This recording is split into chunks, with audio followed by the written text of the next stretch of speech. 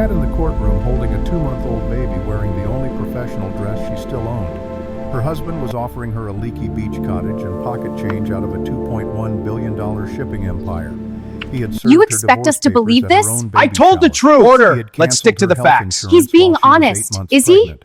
He had moved his 29-year-old girlfriend into their bedroom and let that woman wear her dead mother's pearl necklace on Instagram. But here's what Richard Hayes didn't know. The ground his billion-dollar port was built on, it belonged to her family. It had belonged to her family since 1742, and the lease that let him operate there had one condition he'd just broken. The judge removed her reading glasses slowly, the way people do when they need a moment to decide whether to be furious or fascinated. Mr. Hayes, I'm going to ask you a very simple question, and I need you to think carefully before you answer. Rick opened his mouth. Nothing came out. Do you know who owns the ground your company is built on? 6 months earlier, Rick Hayes stood on the balcony of his penthouse overlooking the Savannah River and watched the container ships crawl toward the port like obedient metal whales. The sunset turned the river copper cranes moving in slow mechanical ballet against the darkening sky. Salt air mixed with expensive bourbon. Ice clinked against Waterford crystal. Each ship that docked at Terminal East carried money that eventually found its way into Rick's pocket. At 54 years old, he was CEO and majority shareholder of Mercer Atlantic Logistics, a company valued at $2.1 billion. He controlled the largest private terminal operation on the eastern seaboard. He employed 4,000 people. He had a penthouse in Savannah, a beach house in Sea Island, a condo in Manhattan that he used maybe twice a year, and a wife he hadn't thought about in approximately 3 weeks. Rick pulled out his phone and scrolled through old photos. Found one from 26 years ago, him and Catherine on Tybee Island honeymoon sitting on rocks with the Atlantic behind them. He looked younger in the photo, less cynical. The man in that picture was smiling like he meant it. He remembered what he'd said that day. "I'll build us an empire, Cat, you and me." Catherine had laughed, wind catching her hair. "I don't need an empire. I just need you." He'd kissed her then. "Then you'll have both." Rick stared at the photo for 10 seconds, felt nothing, and deleted it. He picked up his phone and dialed Marcus Sterling. Marcus answered on the first ring because when Rick Hayes called you, answered on the first ring. "Tell me it's done." Marcus Sterling's voice had the smooth confidence of a man who destroyed families for a living and slept perfectly fine afterward. "Papers are drafted. We're offering the Tybee cottage $3,500 a month for 5 years and nothing else. Prenup is airtight. She signed it in '98. She gets what the paper says she gets." Rick took another sip of bourbon. Below him, distant foghorns echoed across the water. "And the pregnancy." There was a pause on the line. "Rick, about the pregnancy. My advice is don't challenge paternity unless you're certain. If the DNA comes back yours, you look vindictive in front of the judge, and judges in Chatham County don't like vindictive." "She's 48 years old, Marcus. 48. You think I believe that baby is mine?" "I think it doesn't matter what you believe. I think it matters what the judge believes." Rick set the glass down harder than necessary. "Include the paternity challenge. I want her to know that I don't just want the money. I want her to know that everything she thought was solid, the marriage, the baby, the future, is sand, and I'm the tide. Rick. And serve her at the baby shower." Marcus went quiet. Even for a man who had built his reputation on ruthlessness, this gave him pause. "Rick, that's a room full of women, church women, her friends. If this gets out, it looks cruel." "It is cruel. That's the point. She needs to understand that fighting me is pointless. You serve her in front of everyone, and she'll be so humiliated she'll sign whatever I put in front of her just to make the staring stop." Rick hung up and finished his bourbon. He poured another. He thought about Catherine not with guilt, not with nostalgia. He thought about her the way you think about a car you're trading in. He tried to remember the last time she had surprised him, the last time she had said something that made him turn his head. He couldn't think of a single instance. 26 years of marriage. And the woman was wallpaper. She planned charity events, She maintained the garden. She had conversations with the neighbors about bird feeders and book clubs. She visited her father's grave in Bonaventure Cemetery every Sunday and left fresh magnolias on the headstone. She was in Rick's estimation the most boring woman in the state of Georgia. What Rick didn't know, because Rick had never bothered to ask, was that Catherine's father, Judge William Beaumont, had not been just any judge. He had been the last active steward of the Beaumont Family Trust, a legal entity that had existed since 1742 and controlled something far more valuable than Rick's stock portfolio. But that revelation would come later. For now, Rick was thinking about Skylar. Skylar Morrison was 29. She was vice president of communications at Mercer Atlantic, which meant she controlled the company's public image, wrote Rick's speeches, and managed the social media accounts that made Rick look like a visionary, instead of what he actually was, a man who had inherited a profitable company from his father and expanded it by being ruthless with competitors and generous with himself. Skylar was everything Catherine was not. She was loud. She was strategic. She photographed well. She had the kind of ambition that Rick found intoxicating because it mirrored his own. She didn't care about magnolias or bird feeders. She cared about equity and access and getting her name on things. Rick had been sleeping with Skylar for 3 years. He had been planning to leave Catherine for 2. The pregnancy had accelerated his timeline, but not in the direction Catherine had hoped. In Rick's mind, the pregnancy was not a reason to stay. It was a reason to leave faster before the courts could use a newborn to complicate his financial exit. He texted Skylar, "Papers go out Saturday. Baby shower. It'll be done by Christmas." Skylar replied with 3 words, "About damn time." Rick smiled. He set his phone down and looked out at the port. His port, his ships, his empire.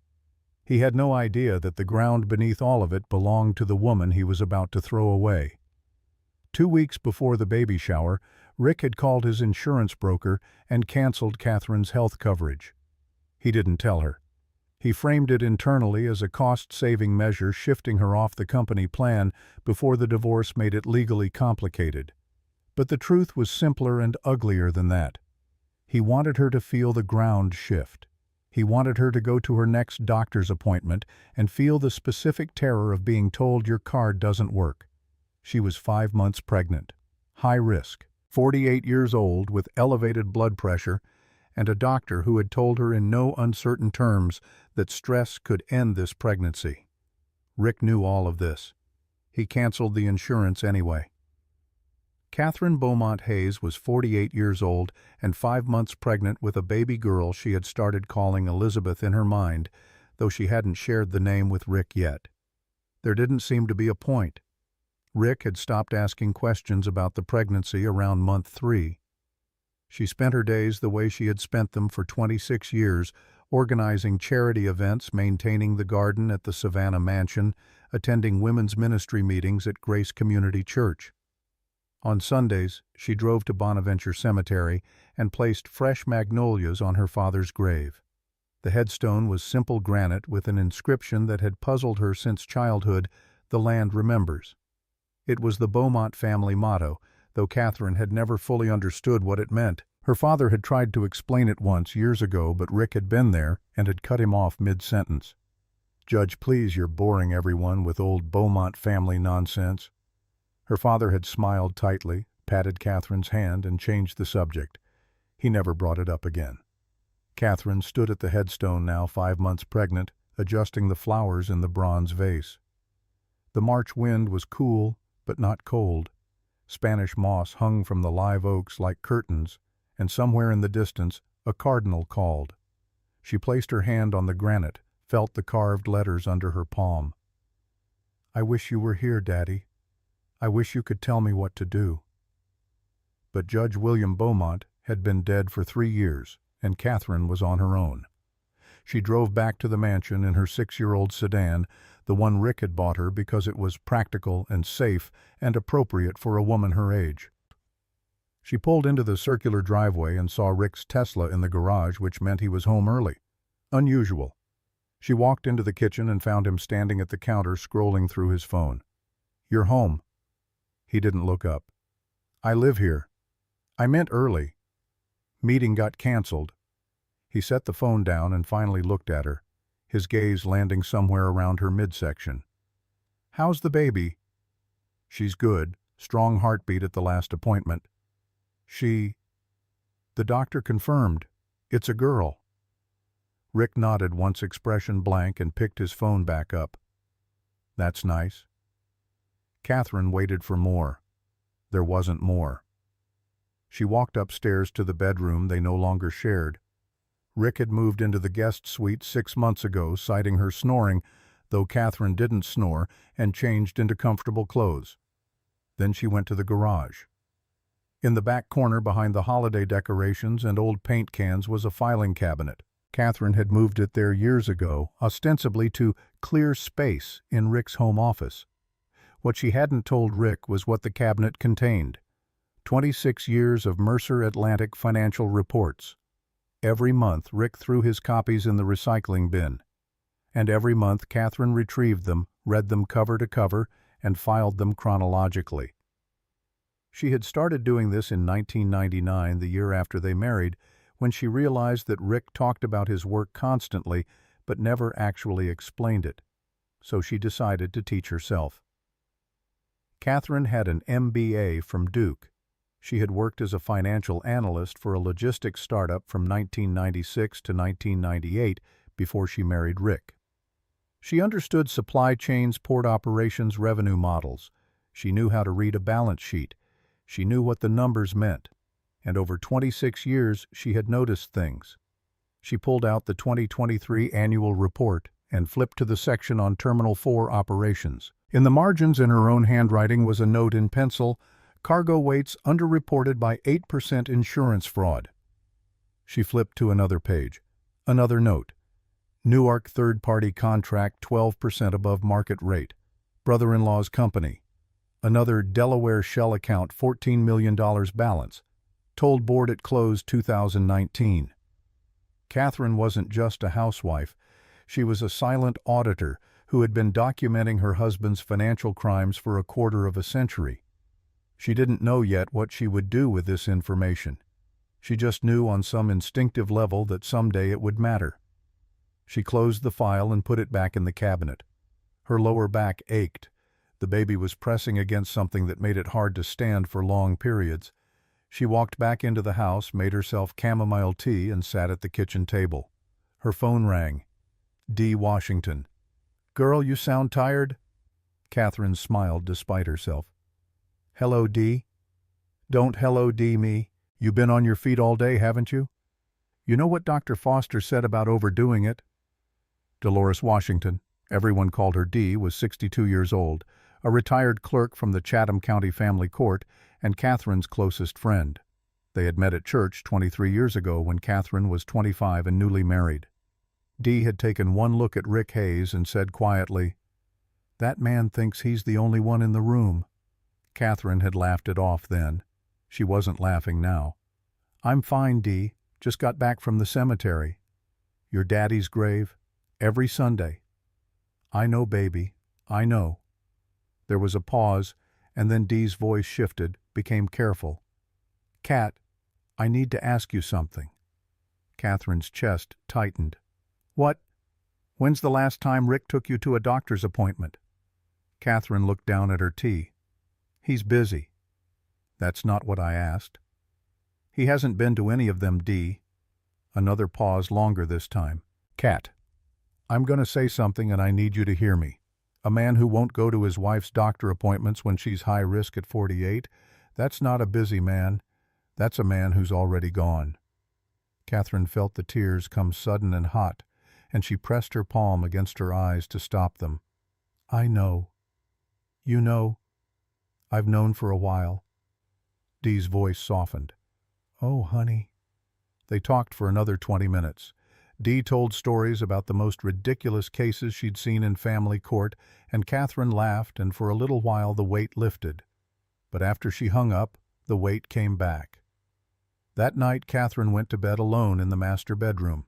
Rick stayed in the guest suite. The house was large enough that they could go days without seeing each other if they tried. Lately they were trying. Catherine lay on her side, the only position that didn't make her back scream, and felt the baby kick. Strong, insistent kicks, like the baby was reminding her, "I'm here. I'm real. Don't forget me." "I won't forget you," Catherine whispered. "I promise." She fell asleep and dreamed of her father. Tuesday morning, Catherine had an OB/GYN appointment. Dr. Ayanna Foster had been her doctor for 6 years, and Catherine trusted her completely. Dr. Foster was a maternal-fetal medicine specialist, the kind of doctor you saw when your pregnancy was complicated when you were 48, and this was your second child after a 22-year gap, and every week mattered.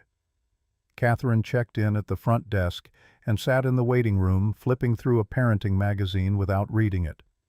After 10 minutes, the nurse called her back. Vitals first. Blood pressure 142/94.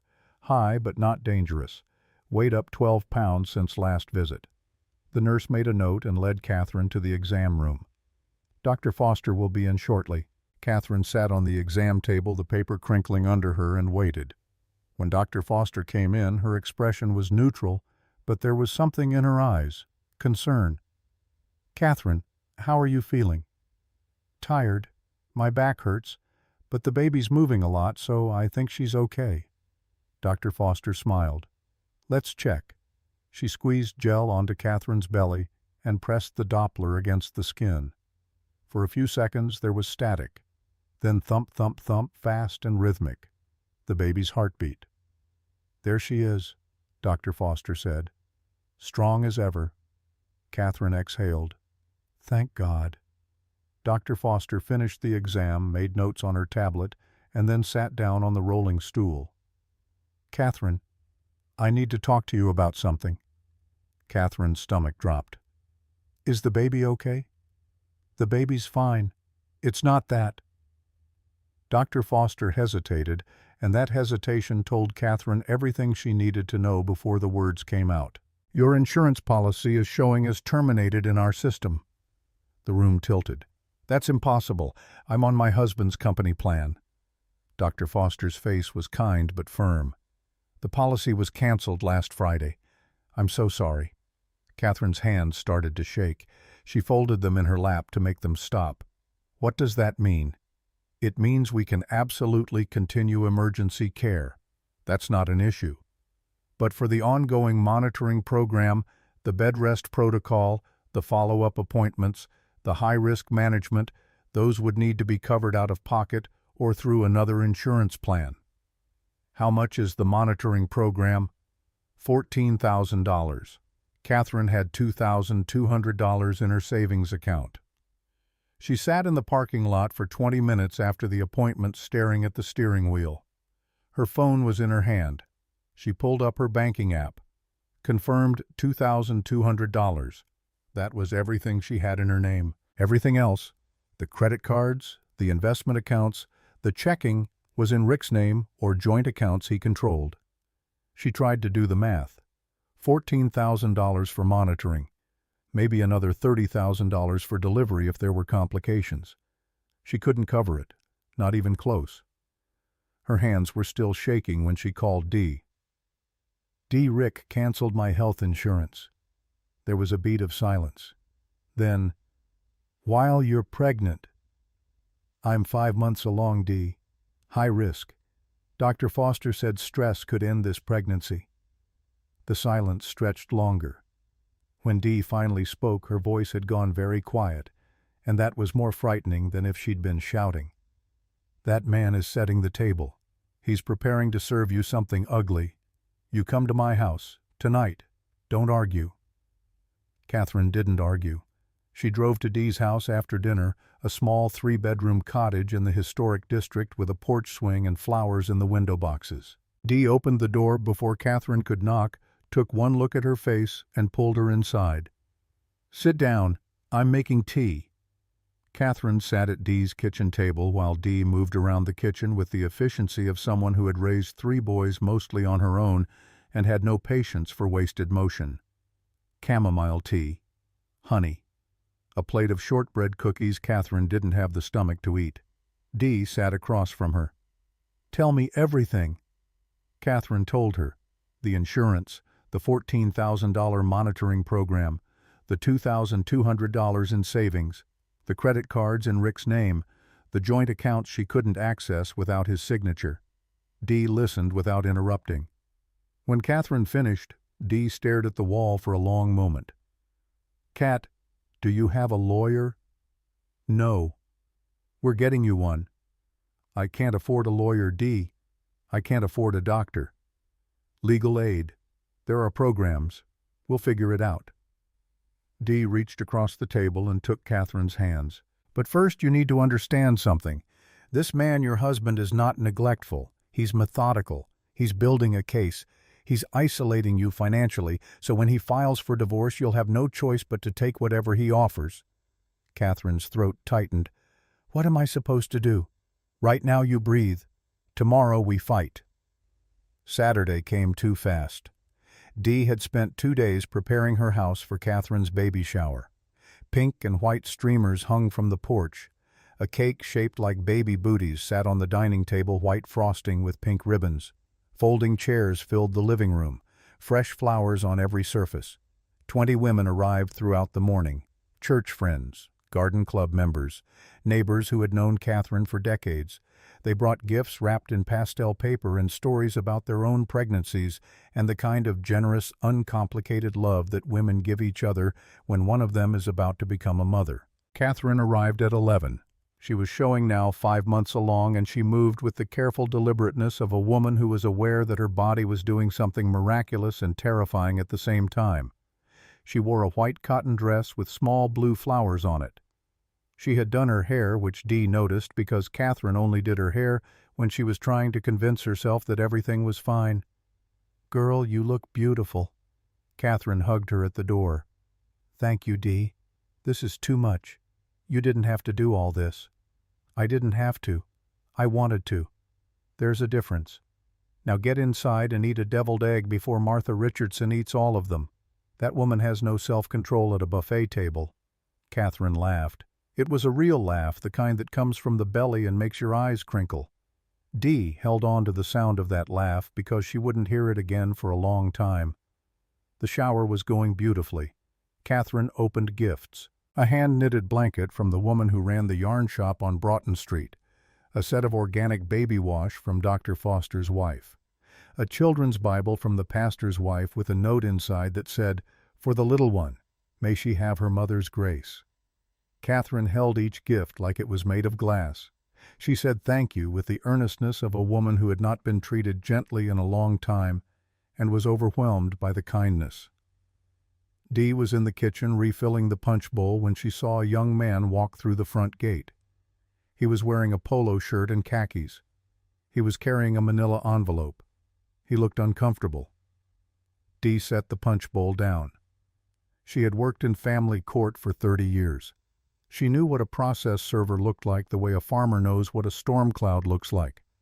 She moved toward the front door, but she wasn't fast enough. The young man walked through the living room. 20 women went silent. Not the polite pause between words, but the suffocating silence of people who have just realized something terrible is about to happen. He walked directly to Catherine, who was sitting in the chair of honor with a half-opened gift in her lap. "Catherine Hayes." She looked up. "Yes." He held out the envelope. "You've been served." Catherine took the envelope. Her fingers didn't tremble yet. That would come in a moment. She opened the flap and pulled out the papers. The room was completely silent. 20 women watched Catherine's eyes move across the first page. They watched the color drain from her face like someone had pulled a plug. Dissolution of marriage. Petitioner Richard Allen Hayes. Grounds irretrievable breakdown. Catherine turned to the second page. The financial terms. The Tybee cottage. $3,500 a month for 5 years. Nothing else. Out of a $2.1 billion empire, her husband was offering her a leaky cottage and pocket change. Then she saw the addendum, the paternity challenge. Rick was formally requesting DNA testing and stating in legal documents filed with the court that he did not believe the baby she was carrying was his. The water glass in Catherine's hand slipped. It hit the hardwood floor and shattered. The sound was sharp and final, like a period at the end of a sentence. No one moved. Dee was there in 3 steps. She caught Catherine's arm before she could bend down to pick up the glass. "Don't touch it. Leave the glass.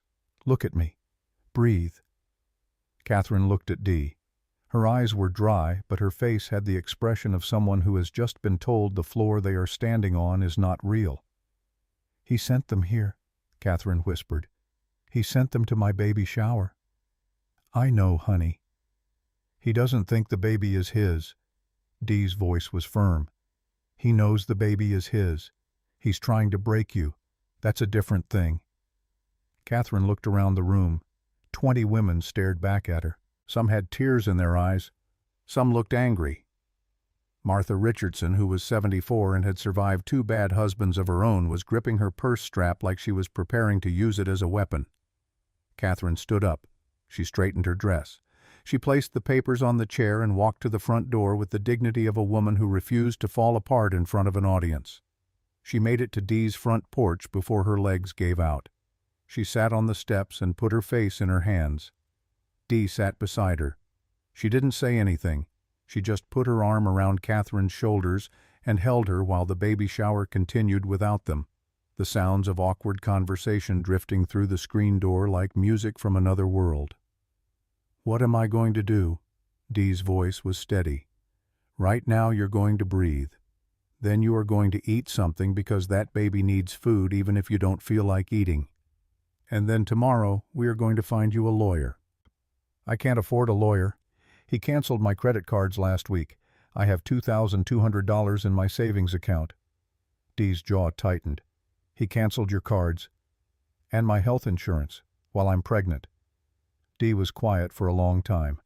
Then she said very softly, "That man has no idea what's coming for him." Catherine shook her head. "He has all the money, Dee, all the lawyers, all the power. What could possibly be coming for him?" Dee didn't answer that question. She didn't know the answer yet. But she knew with the certainty of a woman who had spent 30 years watching the worst people in Savannah walk into family court thinking they were untouchable that the universe has a way of correcting an imbalance. It just takes time. 3 days after the baby shower, Catherine drove to the Savannah mansion to collect her things. She needed her prenatal vitamins. She needed her winter clothes. She needed her mother's jewelry box, the one with the pearl necklace her mother had worn on her wedding day, and the small gold locket that held a photograph of Catherine's father as a young man. She pulled up to the gate at 10 in the morning.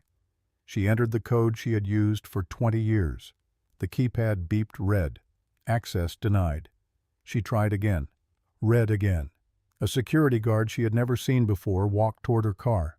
He was young, maybe 25, built like a linebacker, and wearing a uniform that said Premier Security Solutions on the chest. "Ma'am, I can't let you in." Catherine's voice was steady. "I live here. I'm Catherine Hayes." "I know who you are, ma'am. Mr. Hayes changed the access codes and the authorized entry list. Your name is not on it." Catherine stared at the guard. She could see the house through the iron gate. The lights were on. The landscapers had been there recently because the hedges were freshly trimmed. Everything looked exactly the same as it had for 20 years, except now she was on the wrong side of the gate. Then she looked up at the second floor, the master bedroom window, and she saw a silhouette. A woman, tall, thin, moving casually past the glass like she belonged there. Skylar. Catherine felt something crack inside her chest. It wasn't her heart. Her heart had been cracking slowly for years, and she had gotten used to the sound. This was something else. This was the crack of reality. The moment when the truth you have been avoiding finally sits down in front of you and refuses to leave. She picked up her phone and called Rick. He answered on the 3rd ring. Not, "What do you need?" Not, "Hello," just "What?" "Rick, I need my things. My medication is inside, my prenatal vitamins, my mother's jewelry." "I'll have someone box up whatever is yours and send it to Tybee. Don't come to the house again, Catherine. It upsets Skylar." Catherine gripped the steering wheel. "It upsets Skylar." "You heard me. That's my home. I have lived there for 20 years. It is my home. It's my home. My name is on the deed. My money paid for it. You're welcome to the Tybee cottage. That was always your style anyway, small and quiet." He hung up. Catherine sat in her car outside the gate for 20 minutes. The security guard watched her from his post, but said nothing. He looked embarrassed the way people look when they know they are participating in something wrong but do not have the power to stop it. She didn't cry. She wanted to. She could feel the tears right there behind her eyes pressing forward like a crowd behind a locked door, but she didn't let them through because she knew with a bone-deep instinct that if she started crying in front of this gate, she might not stop. Her phone rang. "Dee. Where are you? I've been calling for an hour." Catherine's voice was flat. "I'm outside my house. I can't get in." He changed the codes. "There's a security guard. And there's a woman inside." The pause on Dee's end lasted exactly 2 seconds. Then Dee said in a voice that could have cut through concrete, "You come to my house right now. I have your vitamins because I picked some up yesterday just in case. I have a guest room with clean sheets, and I have a baseball bat in the hall closet if that man shows his face on my property." Catherine almost smiled. Almost. She drove to Dee's house. Dee was standing on the porch when she arrived, arms crossed, wearing a house dress and an expression that suggested she was mentally composing a strongly worded letter to someone. "Come inside. I made chamomile tea. And while the water was boiling, I looked up the cost of a good divorce lawyer in Chatham County." Catherine sat at Dee's kitchen table. She wrapped her hands around the warm mug and stared at the steam. "He put her in our house, Dee." "I know." "He put her in our bedroom." "I know, honey." "He doesn't even have the decency to wait until the divorce is final. He just replaced me, like changing a light bulb." Dee sat down across from her. She reached over and took Catherine's hand. "Catherine Beaumont Hayes, you listen to me. That man did not replace you. You cannot replace something irreplaceable. What he did was make space for something cheaper because he doesn't know the difference." Catherine looked at Dee. Her eyes were wet now, but still holding. "I have nothing, Dee. No money, no house, no insurance. I'm 48 years old and pregnant, and my husband just told me I upset his girlfriend. What am I supposed to do?" Dee leaned forward. "First, you are going to stop saying you have nothing. You have me. You have that baby. And you have your name, which I'm starting to think is worth a whole lot more than you realize." "What do you mean?" Dee hesitated.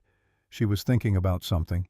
A memory. A conversation from years ago with Catherine's father, Judge Beaumont, at a neighborhood barbecue.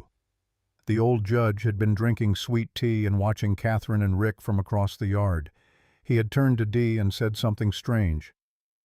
"If anything ever happens to my girl, tell her to call Henry. She'll know who I mean." Dee had never understood that sentence. She had filed it away the way you file away things that old people say that seem important, but don't make sense yet. Now, sitting across from Catherine in the kitchen, watching the strongest woman she knew try not to fall apart, Dee thought maybe she was beginning to understand. "Never mind. We'll figure it out. Right now, drink your tea. Tomorrow we fight." The call came at 2:14 in the morning on a Tuesday. Catherine woke up in Dee's guest room with a sharp pain in her lower abdomen. It was not the dull ache she had grown accustomed to over the past weeks, the background hum of a body under stress. This was different. This was a fist closing inside her. She pulled back the covers and saw blood on the sheets. "Dee." Her voice cracked. "Dee, something is wrong." Dee was in the room in 30 seconds. She took one look at the sheets and picked up her phone. 911. I need an ambulance at 417 East Charlton Street. Pregnant woman, 48 years old, high-risk pregnancy, bleeding. Yes, she is conscious. Please hurry. The ambulance arrived in 9 minutes. Catherine was on a stretcher in 11. Dee rode with her, holding her hand and talking to her in a low, steady voice the entire way. "You are going to be fine. The baby is going to be fine. You just hold on." At Memorial Health, the doctors moved fast. Catherine was taken to the high-risk obstetric unit. A monitor was attached to her belly, and for 10 terrible minutes the room was silent while the nurse searched for the baby's heartbeat. Catherine lay on the table staring at the ceiling, gripping Dee's hand hard enough to leave marks. She prayed. Not the formal prayers from church, but the raw, desperate kind. Please, please, please. Then it came. A fast, rhythmic thumping. The baby's heartbeat. Catherine exhaled a sound that was half sob, half prayer. "Oh, thank God." The nurse smiled. "There she is. Strong heartbeat. She's hanging in there."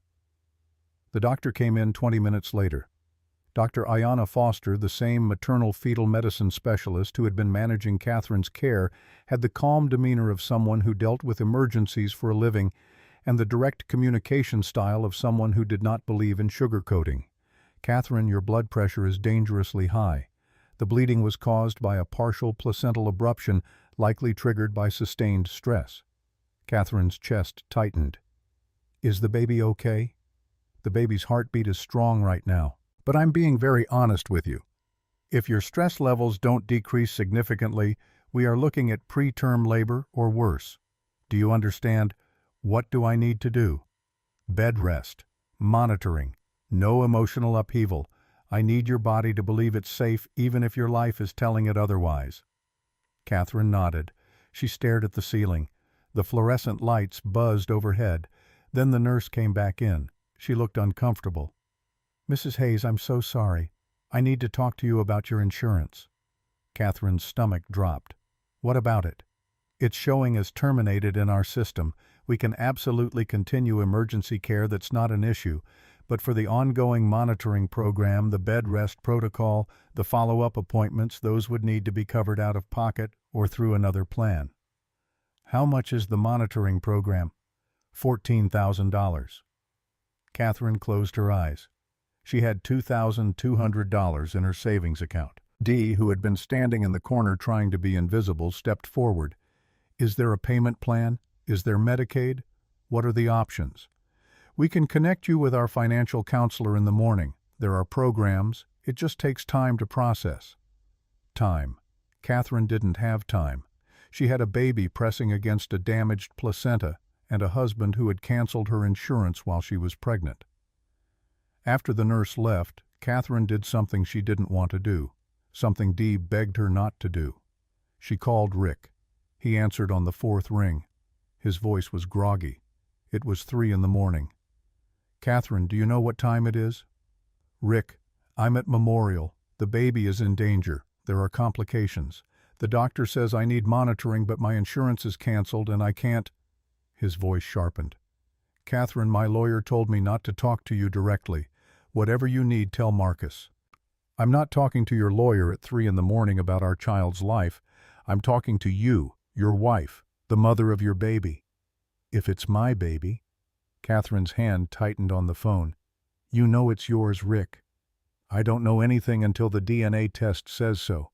Call Marcus in the morning, and don't call this number again." Click.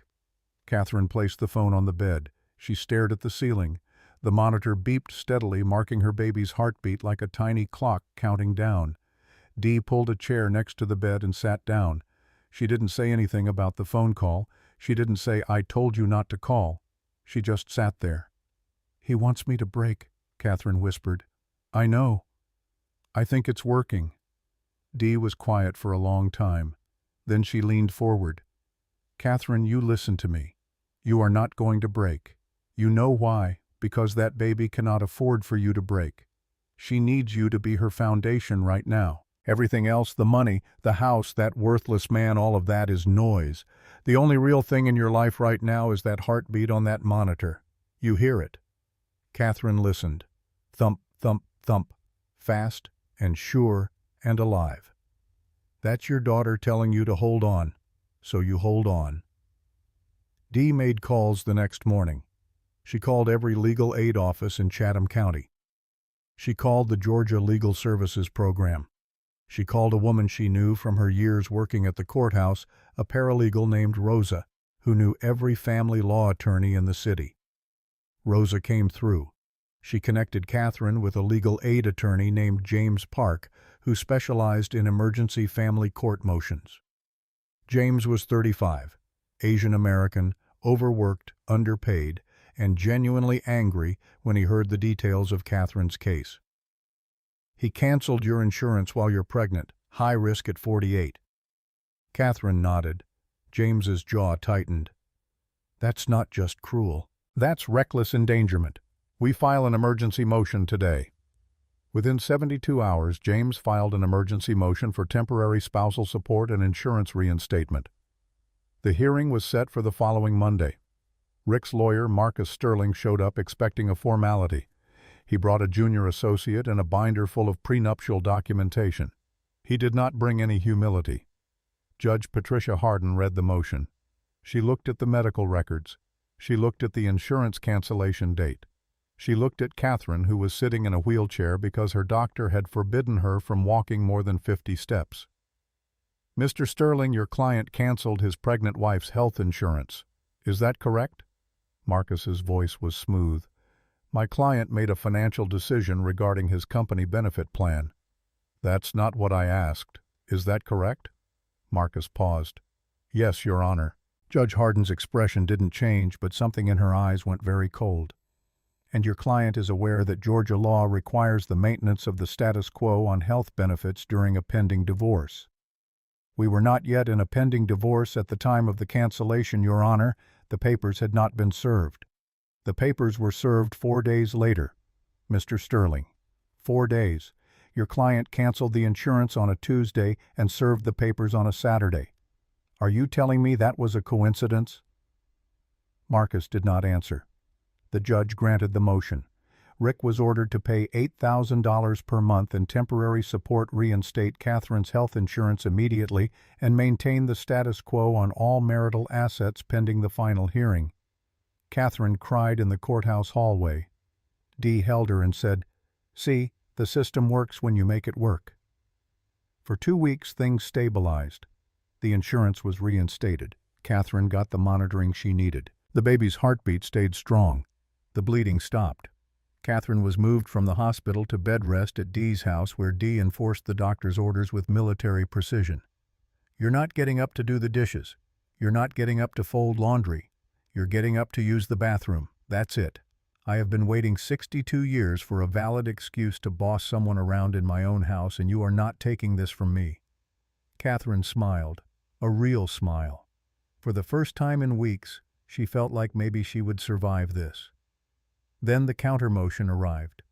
Marcus Sterling filed it on a Wednesday afternoon. It was 12 pages long and constructed with the precision of a man who destroyed people for a living and considered it an art form. The motion argued that Catherine and Rick's marriage was potentially void. The basis was a discrepancy between Catherine's marriage certificate, which listed her maiden name as Beaumont, and her birth certificate, which listed her name as Beaumont Clayton, a hyphenated version that included her mother's American family name. It was a technicality, a desperate, grasping, bottom-of-the-barrel technicality. But Marcus Sterling knew that technicalities didn't need to be valid to be effective. They just needed to create delay. The judge had to schedule a hearing on the challenge. In the meantime, the temporary support order was frozen pending review. The insurance company, seeing an active dispute over the marriage's validity, placed a hold on Catherine's claims. Catherine was back to zero. Everything she had fought for, the support, the insurance, the stability, was suspended in legal limbo, while Rick's army of lawyers argued about a hyphen.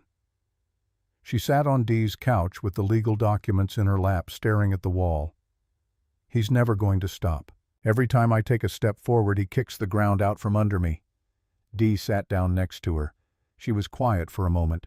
Then she said, "Cat, do you remember your father?" "Of course." "Do you remember what he used to say at those neighborhood barbecues when he would sit in that lawn chair with his sweet tea and watch the world go by?" Catherine smiled faintly. "He said a lot of things. He told me something once. It was the year before he passed. He was watching you and Rick across the yard, and he turned to me and said, 'If anything ever happens to my girl, tell her to call Henry. She'll know who I mean.'" Catherine went very still. "Henry?" she whispered. "Who's Henry?" Catherine stared at the floor for a long time. Then she looked up, and Dee saw something in her eyes that had not been there before. Not hope exactly, Something deeper. Recognition. Henry Sutton. He was my father's oldest friend, a land title attorney. He's retired now, lives on Skidaway Island. Dee leaned forward. Land title attorney? What does land have to do with your divorce? Catherine shook her head slowly. I don't know. My father tried to tell me something once years ago about the family trust. He said it was important. He said I needed to understand the history. But Rick was there, and Rick told him to stop boring everyone with old Beaumont family nonsense. My father never brought it up again. Dee's voice was firm. Call Henry. Catherine picked up the phone. Her hands were shaking slightly. She dialed a number from memory, one she still knew from childhood. Ring, ring. An elderly male voice answered. Sutton residence. Catherine's voice was steady. Mr. Sutton, this is Catherine Beaumont Hayes. I think it's time we talked about my father's trust. There was a long pause. Then Henry's voice changed alert, almost relieved. Catherine, I've been waiting for this call for 3 years. How soon can you get here? Henry Sutton lived in a small clapboard house on Skidaway Island surrounded by live oaks and filing cabinets. The filing cabinets were the important part. There were 14 of them arranged in 2 rows in what should have been a living room, each one labeled with dates going back to the 1700s. The room smelled of leather bindings, old paper, and lemon oil furniture polish. Henry was 70 years old. He had thick white hair, wire-rimmed glasses, and the careful posture of a man who had spent his life reading fine print. He had been a land title attorney for 45 years, specializing in the peculiar tangle of property law that existed in coastal Georgia, where Spanish colonial grants, British charters, and American deeds overlapped like layers of old paint on an ancient wall. He had been Judge Beaumont's closest friend for 30 years. He had been waiting for this phone call for 3. Catherine and Dee arrived on a Thursday morning. Henry met them at the door with coffee already poured and an expression that was equal parts sadness and anticipation. He took both of Catherine's hands in his. You look just like your mother. Please sit down. We have a lot to talk about. They sat at his kitchen table. Henry placed a fireproof lockbox between them. It was old, heavy, and secured with a combination lock that looked like it predated digital technology by several decades. Before I open this, I need to ask you something. How much do you know about the Beaumont family history? Catherine's voice was quiet. Very little. My father tried to tell me, but Rick always dismissed it as irrelevant. Old family stories. Dusty history. Henry nodded slowly. Rick dismissed it because Rick never understood it, and your father, God rest him, made the mistake of assuming that Rick's ignorance was harmless. He paused, met her eyes. It wasn't.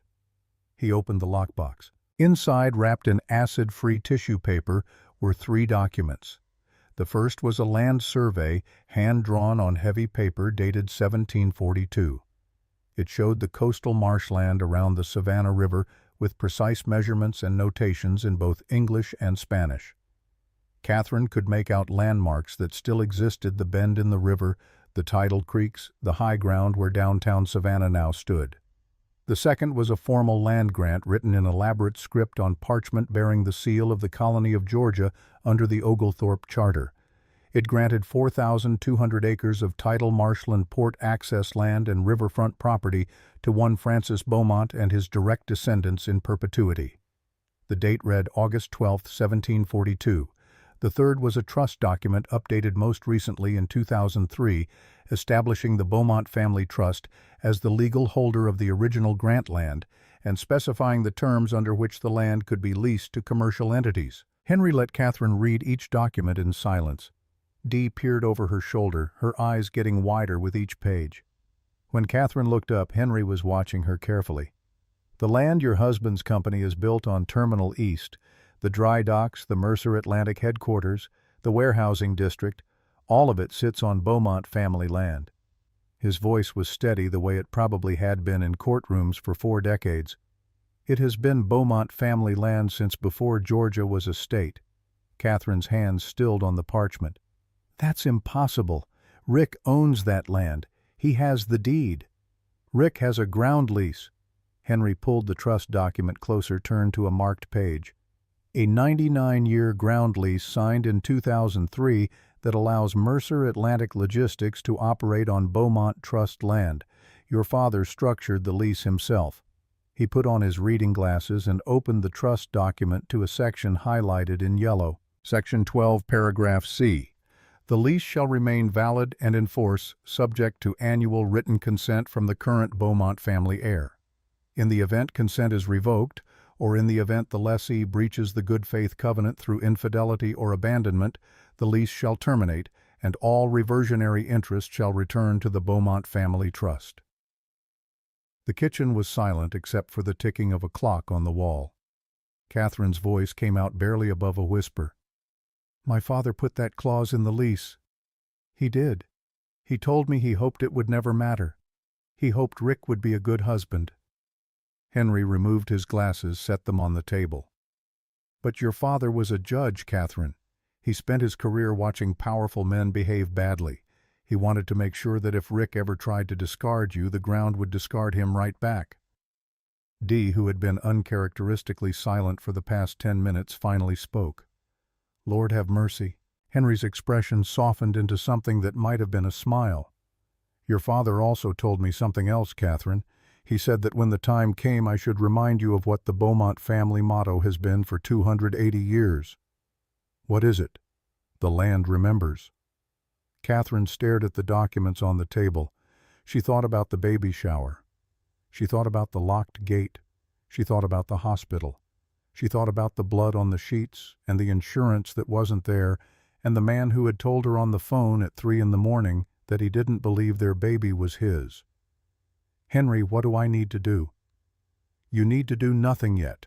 The lease is triggered by certain events.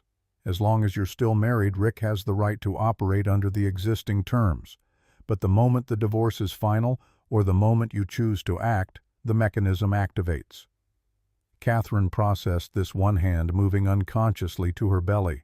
The baby kicked as if offering her own opinion on the matter. And the back rent? Henry raised an eyebrow. You're sharper than Rick ever gave you credit for. Yes, the lease contains a good faith covenant. If that covenant is breached through infidelity, the trust can retroactively assess commercial rent for the period of the breach. He pulled out a calculator, punched in numbers Catherine couldn't see. Based on Mercer Atlantic's public revenue filings, 3 years of back rent at 12% of gross income amounts to approximately $78 million. Catherine closed her eyes. She breathed in slowly. She breathed out. When she opened her eyes again, something had shifted in her face. I don't want to destroy him, Henry. You don't have to. You just have to let the law do what it was designed to do. My father protected you the only way a judge knows how. He tapped the trust document. With paperwork. Catherine looked at Dee. Dee was grinning like someone who had just won a bet she'd placed decades ago. I knew I liked your daddy. Henry leaned forward. Catherine, there's something else you need to understand. Your father tried to tell you about this trust at a barbecue 3 years ago. Do you remember? Catherine thought back. I remember Rick cutting him off, telling him to stop boring everyone with Beaumont nonsense. Your father came to see me the next week. He sat in that chair where you're sitting now and told me, Rick doesn't respect the past. Men like that don't respect the future either. Keep the papers safe, Henry. Catherine will need them someday. Henry's voice had gone quiet. He knew Catherine. He knew what kind of man Rick was becoming. Catherine felt tears coming and forced them back. She'd cried enough. Why didn't he just tell me? Because he was a judge. He believed in letting people make their own choices, face their own consequences. He hoped Rick would prove him wrong. Henry gathered the documents, began returning them to the lockbox. But he made sure that if Rick proved him right, you wouldn't be left defenseless. Catherine sat back in her chair. The baby was moving now, pressing against her ribs. She placed both hands on her belly and felt the small, insistent kicks. Henry, there's something I need to show you. She went to Dee's car and returned with the accordion folder she'd retrieved from the garage filing cabinet. 26 years of financial reports highlighted and annotated in her careful handwriting. Henry opened the folder. His eyebrows rose as he flipped through the pages. Underreported cargo weights at Terminal 4. Systematic underreporting 8% for 5 years. Catherine's voice was steady, now clinical. That's insurance fraud. Lower weights mean lower premiums. I estimate about $6 million in fraudulent savings. She turned to another section. Newark third-party contract. Rick's brother-in-law's logistics company based in New Jersey. 12% above market rate. No competitive bidding. Self-dealing. Breach of fiduciary duty to the shareholders. Another section. Delaware shell account. $14 million balance as of March this year. Rick told the board it closed in 2019. That's securities fraud. Probably tax evasion. Henry examined the documents with the intensity of a man who had spent 45 years learning to spot forgeries and frauds. Catherine, this is extraordinary work. Did Rick know you kept these? Rick threw them in the recycling bin every month for 26 years. It never occurred to him that I'd pick them up and actually read them. Dee was shaking her head in wonder. Girl, you've been building a case for 2 decades and didn't even know it. But Catherine wasn't finished. She pulled out a napkin from the bottom of the folder. It was old yellowed with a sketch drawn in blue ink. The sketch showed a logistics network, a hub-and-spoke model with the Savannah port at the center and distribution routes radiating outward like spokes on a wheel. In the corner in Catherine's handwriting, dinner conversation June 2001. The hub-and-spoke logistics model that Rick's father implemented in 2003, the one that made Mercer Atlantic profitable. Catherine's voice had an edge now. I designed that system, drew it on a napkin at dinner one night. Rick's father was impressed. Rick told people it was his idea. Henry was quiet for a long moment, studying the napkin. Your father knew, didn't he? I think so. He never said anything. But I think that's why he put that clause in the lease. He knew what I'd given. He wanted to make sure I could take it back if I needed to. Henry closed the folder carefully. Catherine, you have 2 options. You can destroy Rick with this securities fraud evidence, FBI SEC criminal charges. He could do prison time. He paused. Let that sink in. Or you can replace him. Take the company. Let him keep his salary and dignity. But you run Mercer Atlantic. Catherine looked at Dee. Dee's expression was neutral, refusing to influence the choice. Catherine's hand moved to her belly again. I want my daughter to inherit something worth inheriting, not ashes, a company that actually works. She met Henry's eyes. I want to replace him. Rick, meanwhile, was living in a reality that was about to expire, but he didn't know it yet. He had moved Schuyler into the mansion 3 weeks after locking Catherine out. Schuyler redecorated the master bedroom in 48 hours, replacing Catherine's antique quilt with a geometric duvet cover and tossing Catherine's books into boxes that she shoved into the garage. She turned the guest room into a home office. She hung her public relations awards on the wall where Catherine's family photographs used to be. Rick watched all of this with the satisfied detachment of a man remodeling a house, out with the old, in with the new. But Rick needed something else to feel complete. He needed his son. Ethan Hayes was 22, a senior at the University of Georgia in Athens. He was studying environmental science, which Rick considered a useless degree, and he had his mother's quiet temperament, which Rick considered a personality flaw. But Ethan was still his son, and Rick wanted him on his side. Rick called Ethan and laid the groundwork the way he laid groundwork for business deals with selective information and strategic omission. Son, I need to talk to you about your mother. I didn't want to worry you, but she's not well. The pregnancy is making things worse. She's been behaving erratically. Ethan's voice was confused. Dad, Mom sounded fine when I talked to her last week. She's good at hiding it. I tried to help her, but she refused. She's living with that neighbor woman now, Dee. I think she needs professional help. Rick let the pause stretch. Just be careful, son. I don't want you caught in the middle of this. It was masterful manipulation. Rick didn't ask Ethan to choose sides. He just planted seeds of doubt, and let them grow. But Catherine had one advantage Rick didn't anticipate. She had the truth. She called Ethan and asked him to come home for Thanksgiving. "Come to Dee's house. See for yourself." Ethan flew home on Wednesday evening.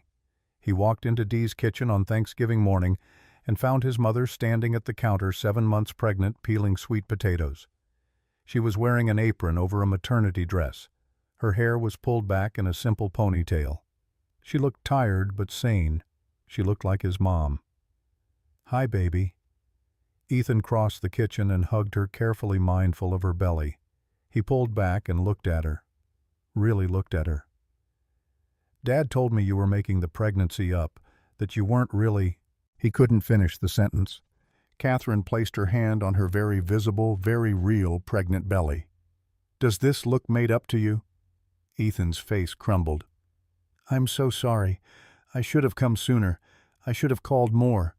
"You're here now. That's what matters." Dee appeared with a platter of cornbread. "Baby, sit down and eat something. We have enough food to feed the entire senior class at UGA, and I am not letting it go to waste." It was a small Thanksgiving.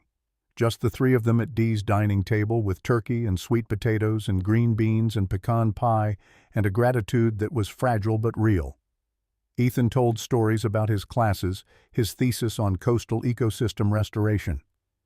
Dee told stories about the most ridiculous cases she'd seen in family court. Catherine laughed and ate and felt for a few hours like a person instead of a problem. Then Rick called Ethan. Ethan stepped onto the porch to take the call. Catherine watched through the window. She couldn't hear the words, but she could see her son's posture change, the way his shoulders tightened, the way his head dropped. He came back inside. He looked sick. "What did he say?" Ethan's voice was hollow. "He said if I spend Thanksgiving with you, he's cutting my tuition. Said I can explain to UGA why I'm dropping out in my senior year." The table went silent. Dee set down her fork very carefully, the way a person sets down a loaded weapon. Catherine looked at her son. She saw the fear in his eyes. Not fear of his father, but fear of losing everything he had worked for. 1 semester away from graduation. 1 semester. "Go back to him, sweetheart. Finish school. I'll be okay." "Mom, no. I'm not going to—" Her voice was firm. "Ethan, your education is not a bargaining chip. Do not let him make it one. Go back, graduate, and then you'll be free." Ethan left an hour later. Catherine watched his car pull out of Dee's driveway and disappear around the corner. She stood on the porch in the dark for a long time, one hand on the railing, one hand on her belly. Dee came out and stood beside her. She didn't say anything. She just held Catherine's hand. Sometimes the cruelest thing a person can do is not hit you or scream at you or lock you out of your own house. Sometimes the cruelest thing is to take the people you love and use them as weapons against you. In the weeks that followed Thanksgiving, 3 things happened in rapid succession. Any one of them alone would have been manageable. Together they were a demolition. First, Catherine's car was repossessed. It was a Tuesday morning. Catherine came out of Dee's house in her bathrobe, 8 months pregnant, and found a tow truck driver hooking up the sedan she had driven for 6 years. "That's my car." The driver didn't look at her. "Title's in Richard Hayes's name, ma'am. Repossession order from the financing company." She stood in the driveway and watched her only transportation being dragged away like a dog on a leash. Dee drove her everywhere after that. Dee's car was a 15-year-old Honda with a check engine light that had been on since the Obama administration, but it ran, and Dee was willing to drive it. Second, Rick's lawyer sent a letter to Catherine's church, Grace Community Church, where Catherine had been a member for 20 years, where she had led the women's ministry, where she had organized the food drive every December. The letter expressed Rick's concern about Catherine's mental health and requested that the church limit her involvement in activities for her own well-being. The pastor was a gentleman who avoided conflict the way some people avoid spicy food. He quietly removed Catherine from the ministry leadership. She found out on Sunday morning when she showed up to lead the women's meeting and someone else was standing at the podium. No one would look her in the eye. She walked out of the church 8 months pregnant into the parking lot alone. Third, this was the one that broke something. Skylar posted a photograph on Instagram. She was standing in the foyer of the Savannah mansion wearing a red dress and high heels.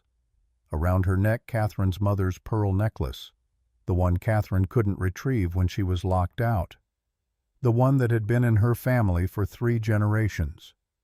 The caption said, "Thankful for new beginnings." Dee saw it first. She seriously considered throwing her phone into the Savannah River. She didn't show Catherine, but Catherine saw it anyway. A friend from church texted her a screenshot with the message, "I'm so sorry." Catherine stared at the photograph for a long time. She looked at her mother's necklace on another woman's neck. She looked at the foyer of her own home being used as a backdrop for someone else's life. She didn't scream. She didn't cry. She went quiet in a way that frightened Dee more than screaming ever would have. "Cat, talk to me." Catherine set the phone down. She looked at Dee with eyes that were perfectly clear and absolutely still. "Call Henry. Tell him I'm ready." The marriage validity challenge was dismissed on a Tuesday in December. The judge reviewed Catherine's birth certificate, her marriage certificate, and the supporting documentation and ruled that the name discrepancy was a clerical error with no bearing on the legal validity of the marriage. Catherine's temporary support was reinstated. The insurance was reactivated. The monitoring program resumed. Dee brought flowers to the legal aid office. "You tell that lawyer James Park that Dolores Washington says thank you, and she's bringing him a pound cake next week." For 5 days, Catherine breathed. The baby was stable. The money was flowing. The system, fragile and imperfect as it was working. Then Marcus Sterling filed 2 motions simultaneously. The first was a motion to accelerate the divorce. Rick wanted this over by February. No more delays, no more hearings. Final decree, final settlement done. The second was a custody preemption. Marcus argued that since Catherine was effectively homeless, living at a friend's house with no permanent residence, financially dependent on court-ordered support, and of questionable stability, any child born during the pending divorce should be placed in Rick's primary physical custody pending a full evaluation. Rick wasn't just trying to take the money, he was trying to take the baby. Catherine read the motion at Dee's kitchen table. Her hands trembled. The document used words like unstable living environment and insufficient financial resources for child rearing and the petitioner's superior capacity to provide. She called Henry. Her voice was calm, but underneath the calm was something made of iron. "He wants my baby, Henry." "I know, I read the filing. I've been patient, I've been quiet, I've done everything right, and he's still trying to take everything." Henry's voice was steady. "Then we stop waiting. The final hearing is in 6 weeks. We go to court with everything, the lease, the trust documents, the full chain of title going back to 1742. Will it work? When that judge sees what your family owns, Rick Hayes is not going to be taking anything from anyone ever again." Catherine's next words came out measured. "I need a real lawyer, Henry, not just legal aid. I need someone who can stand in that courtroom and go toe-to-toe with Marcus Sterling. You have me. You're a land title attorney." "I'm the land title attorney who has been preparing for this case for 3 years. Your father asked me to, and I don't intend to let him down." Catherine was quiet. Then, "My father really planned for this. Your father planned for the possibility. He hoped it would never come to this. But William Beaumont didn't become a judge by hoping for the best. He became a judge by preparing for the worst." Catherine hung up the phone. She sat at the table for a long time, her hands on her belly, feeling the baby move. Then she stood up. She walked to the mirror in Dee's hallway. She looked at herself, a 48-year-old pregnant woman in borrowed clothes in someone else's house with $2,200 and a family legacy she was just beginning to understand. She straightened her shoulders. "Okay, little girl," she said to her belly. "Your grandfather built us a lifeboat. Let's go use it." July arrived with heat that made the asphalt shimmer and the air feel thick enough to drink. Catherine was 8 months pregnant. The monitoring appointment showed the baby was healthy, but Catherine's blood pressure remained dangerously high. Dr. Foster had stopped sugarcoating the risk. "Every day we can keep this baby inside is a victory." But Catherine, your body is under siege. We need to be realistic about preterm labor. The contractions started at 1 in the morning on a Tuesday. Not the Braxton Hicks practice contractions Catherine had been having for weeks, but the real thing. Deep, rhythmic, impossible to ignore. Dee drove her to Memorial Health. They admitted Catherine immediately. Dr. Foster arrived within 20 minutes, still in street clothes, her expression grim. "We're not stopping this. The baby's decided it's time." Labor lasted 14 hours. Catherine had thought in some abstract way that she remembered what childbirth felt like from Ethan 22 years ago. She was wrong. Her body had forgotten the specific violence of it, the way pain could erase everything else, until the world narrowed to a single point: the next contraction, the next breath, the next push. Dee stayed the entire time, counting through contractions, offering ice chips, gripping Catherine's hand hard enough to leave marks. At 3:47 in the afternoon, Elizabeth Hayes was born. 5 pounds 9 ounces, small but healthy. Her first cry was strong, indignant, the sound of a person who had decided to arrive early and would not apologize for it. Catherine sobbed with relief when they placed the baby on her chest. Elizabeth's eyes were closed, her tiny fists waving, her face red and furious and perfect. Rick did not come to the hospital. Ethan did. He drove from Athens the moment he got the text, arrived 2 hours after the birth, and walked into the room with tears already streaming down his face. "She's so small, Mom." He held Elizabeth with the careful terror of someone who had never held a newborn before. Elizabeth wrapped her tiny hand around his finger and held on. "I got you, little one," Ethan whispered. "I got you." Dee stood at the foot of the bed, arms crossed, trying not to cry and failing. "Welcome to the world, baby girl. Your mama is a fighter. You're gonna be one too." 2 weeks later, the court-ordered DNA test results arrived. Cheek swab from Elizabeth compared against Rick's sample. The results were unambiguous. 99.98% probability of paternity. Marcus Sterling received the results. He called Rick. "DNA confirms paternity." There was a long silence on Rick's end. Then, "Send the results to my email." Rick did not call Catherine. He did not apologize. He did not visit the hospital or ask to see Elizabeth or acknowledge the wrongness of the paternity challenge. 3 days later, a letter arrived from Marcus Sterling's office. Clinical cold stripped of all humanity. Mr. Hayes acknowledges paternity of Elizabeth Hayes, born July 15, 2025. Catherine read the letter while nursing Elizabeth at Dee's kitchen table. The baby's small mouth worked rhythmically, eyes closed, one hand resting on Catherine's chest. Dee looked over her shoulder at the letter. "That man has no soul." Catherine's voice was quiet. "He has one. He just sold it somewhere along the way." 2 weeks after Elizabeth's birth, Skylar Morrison received an email she'd been waiting for. Subject: VP, Strategic Development Position, Charleston Port Authority. The offer was everything she'd been positioning for: VP title, $280,000 salary, double what she made at Mercer Atlantic, plus an equity package that would vest over 4 years. Her own power, not borrowed from Rick Hayes. She read the email twice, then texted Rick, "I'm taking the Charleston job. Don't call." Rick's response came within seconds. "After everything I gave you." Skylar's fingers moved fast across the screen. "You didn't give me anything, Rick. I earned my position. Now I'm earning a better one.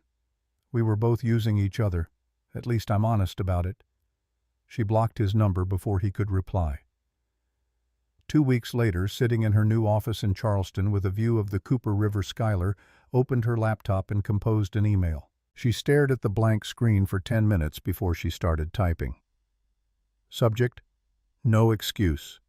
Mrs. Hayes, I don't expect forgiveness. I don't deserve it. But you should know something. I wasn't sleeping with your husband because I loved him. I was using him for career access, for networking, for leverage in an industry that doesn't take 29-year-old women seriously. It doesn't excuse what I did to you. Wearing your mother's necklace on Instagram, that was cruel. I knew it when I posted it. You weren't the only one playing chess. You were just playing for higher stakes, your daughter. I was playing for a corner office. You won. S. She hit send before she could change her mind. Catherine received the email on a Wednesday morning while Elizabeth slept in a bassinet beside Dee's couch. She read it twice, thought about what it meant, what it revealed about the woman who had occupied her bedroom and worn her mother's jewelry. Then she deleted it. She never replied. She never told Dee about it. She never used it as leverage against Rick, though it would have been easy enough to do. It wasn't mercy. It was something simpler. Skylar Morrison was no longer relevant to Catherine's story. Henry called the day after Skylar's email arrived. "Catherine, we need to meet. You, me, and James Park. We have 6 weeks until the final hearing. It's time to build the case." They met at Henry's house on Saturday morning. James Park brought 3 legal pads and a digital recorder. Henry had the dining table covered with documents, the original land grant, the trust agreement, survey maps, consent records going back to 2003. Marcus will argue that the annual consent clause is unenforceable, a restraint on property rights. Henry was in full attorney mode, now pacing the room. We counter, it's not a restraint. It's a standard renewal provision in a commercial ground lease. Catherine is the current heir with discretionary approval authority. Georgia property law is explicit on this. James made notes. What about the back rent calculation? Henry pulled out a spreadsheet. Based on Mercer Atlantic's publicly filed revenue for the past 3 years, commercial rent at 12% of gross income totals $78 million. We can argue for higher prime port location exclusive access, but $78 million is conservative and defensible. Catherine was nursing Elizabeth in the corner of the room, a blanket draped over her shoulder for privacy. "Henry, I need you to contact the Georgia Attorney General's office." Henry stopped pacing. "Why?" "Because this isn't just about my divorce. The state has jurisdiction over colonial land grants. If the Attorney General confirms the Beaumont Trust validity, they can file a lien. That's when Rick's accounts freeze." James looked up from his notes. "That's aggressive." "That's necessary." Catherine's voice was calm. "Rick has unlimited resources. I have legal aid and Henry's goodwill. The only way to level this fight is to make the state a party." Henry studied her for a long moment. "Your father would be very proud." Over the next 2 weeks, Henry made calls. He contacted the Georgia Attorney General's Real Property Division. He sent certified copies of the land grant, the trust documents, the survey maps. He made the case that the state had an interest in preserving the integrity of colonial land grants and enforcing the terms of trusts derived from those grants. An assistant attorney general named Diana Chen agreed to review the materials. Meanwhile, Catherine made her own calls. She tracked down Daniel Foster, a 58-year-old former COO who had worked at the Port of Charleston for 15 years before retiring the previous year. She'd met him twice at industry conferences where Rick had dragged her along as decoration. Daniel was known as ethical competent and uninterested in corporate politics. "Mr. Foster, this is Catherine Hayes. I don't know if you remember me." His voice was warm. "Of course I remember you. You asked better questions about containerization efficiency than your husband ever did. How can I help you?" Catherine explained the situation in broad strokes. The divorce, the land grant, the upcoming transfer of control. "I'm going to be chairperson of Mercer Atlantic. I need a CEO who can run day-to-day operations, someone with a spine and a moral compass. I'm calling to ask if you'd be interested." There was a pause. "Catherine, I'm retired." "I know. But I also know you left Charleston because the board wanted you to cook the safety inspection books. You refused and they forced you out. I need someone who makes that choice." Another pause. "What's the salary?" $850,000 base plus performance equity. Full operational control. I handle strategy and legacy protection. You run the company." Daniel was quiet for what felt like a full minute. "When's the hearing?" "September 14th. I'll be there. Back row. I want to see this for myself." Catherine hung up and allowed herself a small smile. Elizabeth was awake now, making the small mewing sounds that meant she was hungry. Catherine lifted her from the bassinet and began to nurse her. Dee walked into the room with a mug of coffee. "You get him?" "I got him." "Good. Now you just need to win in court." The night before the final hearing, Catherine couldn't sleep. She sat in the rocking chair in Dee's guest room, holding Elizabeth, watching the baby's chest rise and fall in the moonlight that filtered through the curtains. Elizabeth was 2 months old now. She had Catherine's dark hair and Rick's strong chin, and her own personality, already fierce, demanding, unwilling to be ignored. Dee appeared in the doorway. "You ready for tomorrow?" "I don't know if I'm ready, but I know I'm done being invisible." Dee crossed the room and sat on the edge of the bed. "Then show them who you are. Show them who the Beaumonts have always been." Catherine kissed Elizabeth's forehead. The baby stirred but didn't wake. "Tomorrow your mama takes back the ground." She whispered the family motto that had been carved on her father's headstone, the words she'd never fully understood until now. "The land remembers Elizabeth, and tomorrow so will everyone else." The Chatham County Courthouse on the morning of September 14th was cold. Not Savannah cold, which was usually just a suggestion of winter, but genuinely cold. The kind of cold that gets into your bones and stays there. The live oaks outside the building were bare, their branches reaching up like hands grasping at a gray sky. Catherine arrived at 8:45. She was wearing a simple navy dress, the only professional outfit she still owned. Dee had pressed it the night before with the kind of attention normally reserved for surgical instruments. Catherine walked slowly, one hand on Elizabeth in her carrier, one hand on Henry's arm. The baby was 2 months old, awake and alert, her dark eyes taking in the marble floors and high ceilings. Dee walked behind them carrying the diaper bag and wearing an expression that dared anyone in the building to say a single wrong word. They took the elevator to the 3rd floor. Family Court Division B. Judge Patricia Harden presiding. Rick arrived at 9 sharp with an entourage. Marcus Sterling in a charcoal suit. 2 junior associates carrying matching leather briefcases. No Schuyler. She was in Charleston now, had made it clear she wanted nothing to do with this proceeding. Rick looked thinner than Catherine remembered. Gray was showing at his temples. His suit was expensive but hung on him differently, like he'd lost weight he couldn't afford to lose. The gallery filled slowly. 30 people by the time the bailiff called for everyone to rise. Some were Catherine's church friends, the ones who had stood by her when the pastor removed her from leadership. Some were Rick's business associates present out of obligation or curiosity, and in the back row wearing a quiet gray suit, Daniel Foster. Judge Patricia Harden entered. She was a woman in her late 50s with silver hair and reading glasses on a chain around her neck. She had the expression of someone who had spent 25 years presiding over the worst behavior rich people were capable of and was no longer surprised by any of it. She sat down. She opened the file. She looked at Catherine holding Elizabeth. She looked at Rick's legal team. She sighed audibly.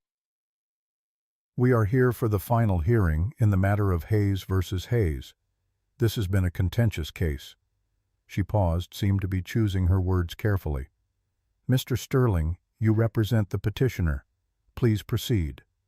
Marcus stood. He was polished. He was confident. He was a man who charged $800 an hour and earned every penny of it. "Your Honor, Mr. Hayes seeks a dissolution based on irretrievable breakdown. The prenuptial agreement executed in 1998 clearly delineates the financial settlement. Mrs. Hayes is entitled to the property on Tybee Island and monthly maintenance of $3,500 for 5 years per prenuptial terms." Marcus paused for effect, the way trial lawyers do when they want the judge to absorb every word. "All business assets, including Mercer Atlantic Logistics, are separate property under the prenuptial agreement. Mrs. Hayes made no financial contribution to the company. She has been a homemaker for 26 years. Another pause. "Regarding custody of the minor child Elizabeth, born July 15th, we respectfully request the court consider Mr. Hayes's superior financial resources and stable living situation when making its determination. Our expert witness, Dr. Morrison, will testify that Mrs. Hayes currently resides in borrowed accommodation, is financially dependent on temporary support, And, Judge Hardin interrupted, Mr. Sterling, I've read your briefs. I know your arguments. Let's move to respondent. Mr. Sutton. Henry stood.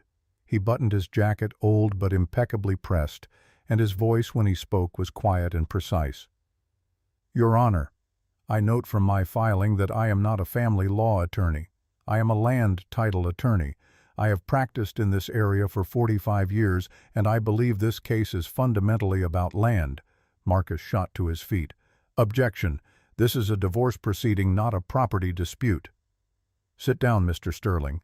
The judge's voice was flat. I will determine what this proceeding is about. Mr. Sutton, continue. Henry opened his briefcase.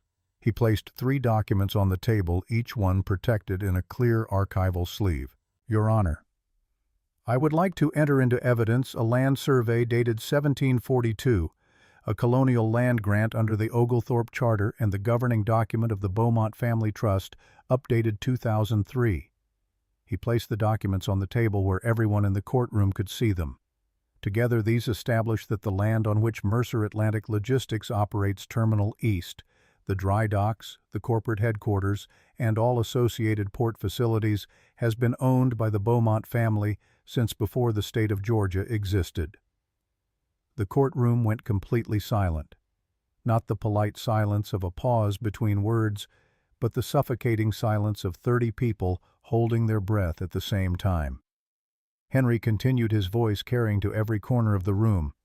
Mr. Hayes does not own this land. He has never owned this land. He holds a 99-year ground lease from the Beaumont Family Trust signed in 2003 by his father James Hayes when Mr. Hayes married Catherine Beaumont.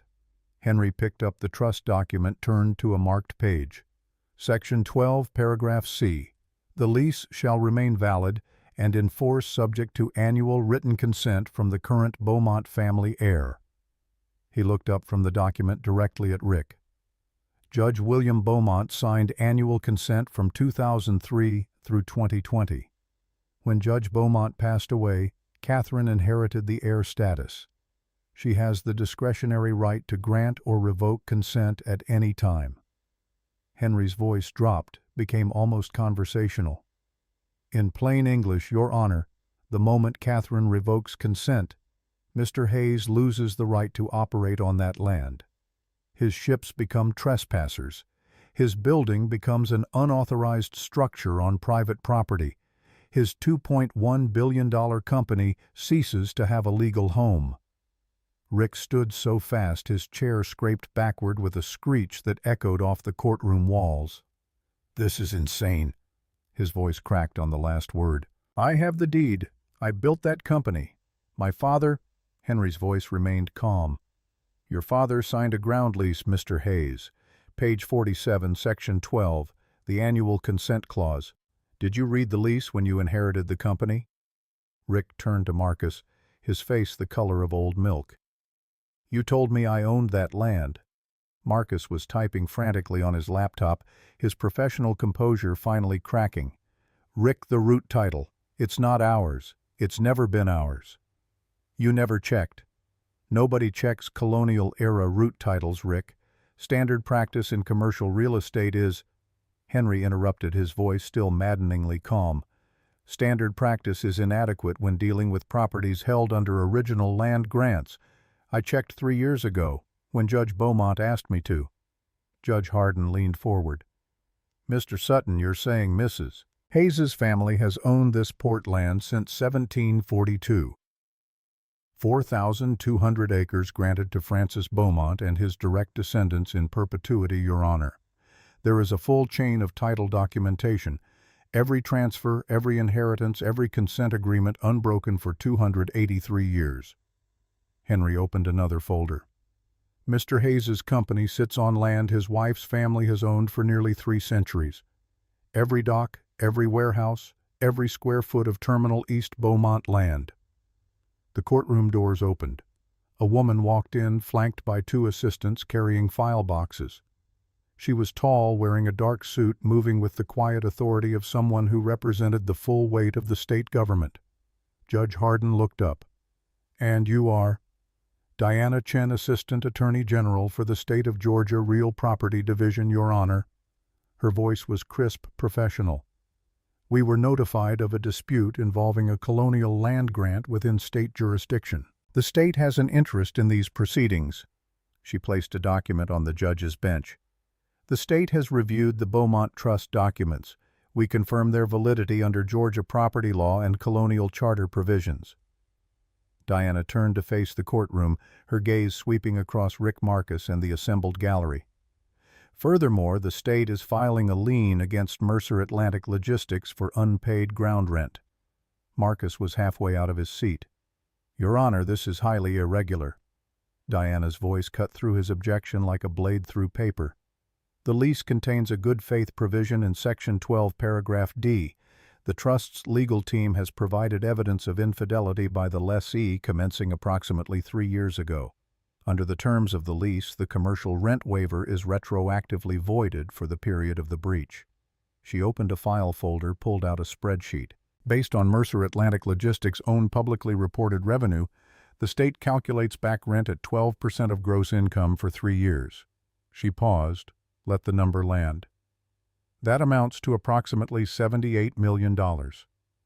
Rick's face went gray. Genuinely gray, the color of newsprint left too long in the sun. His voice came out thin, strangled. I don't have $78 million in cash. Diana's expression didn't change. Then the state will pursue equivalent assets. Effective as of 9:15 this morning, a temporary restraining order has been placed on all Mercer Atlantic accounts pending resolution of this matter. Rick's phone buzzed in his pocket. Then again. Then continuously a vibration that wouldn't stop. He pulled it out with shaking hands. The screen was filling with texts. CFO. Accounts frozen, what's happening? COO. Ships at dock, can't offload crane operators not getting paid. VP Operations. Staff panicking, payroll blocked. Then a text from a number he'd deleted but still recognized. Skylar from Charleston. Saw the news alert. Glad I left when I did. This is what happens when you underestimate people. Good luck. Rick looked across the courtroom at Catherine. She was sitting at the respondent table, Elizabeth asleep in the carrier beside her chair. Catherine hadn't moved, hadn't spoken. Her expression was patient, not angry, not gleeful. It was the look of someone who had waited a very long time for the truth to arrive and was not surprised that it finally had. Judge Hardin's voice cut through the chaos. Mr. Sutton, does your client wish to address the court? She does, Your Honor. Mrs. Hayes, you may approach. Catherine handed Elizabeth to Dee. The baby stirred but didn't wake. Catherine stood, smoothed her navy dress, and walked to the center of the courtroom. She stopped 6 feet from Rick. The morning light through the courtroom windows caught dust motes in the air between them. The smell of old wood and leather briefcases filled the space. 30 people watched in absolute silence. Catherine's voice was soft but carried to every corner of the room. Rick, I sat in this marriage for 26 years. I listened to you close deals at the dinner table. I read every financial report you threw in the trash.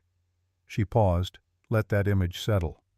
I picked them up. I read them, because nobody who's invisible has any reason to hide what they're doing in front of an invisible person. Rick's hands gripped the edge of the table. I know about the underreported cargo weights at Terminal 4, 8% systematic underreporting for 5 years, insurance fraud.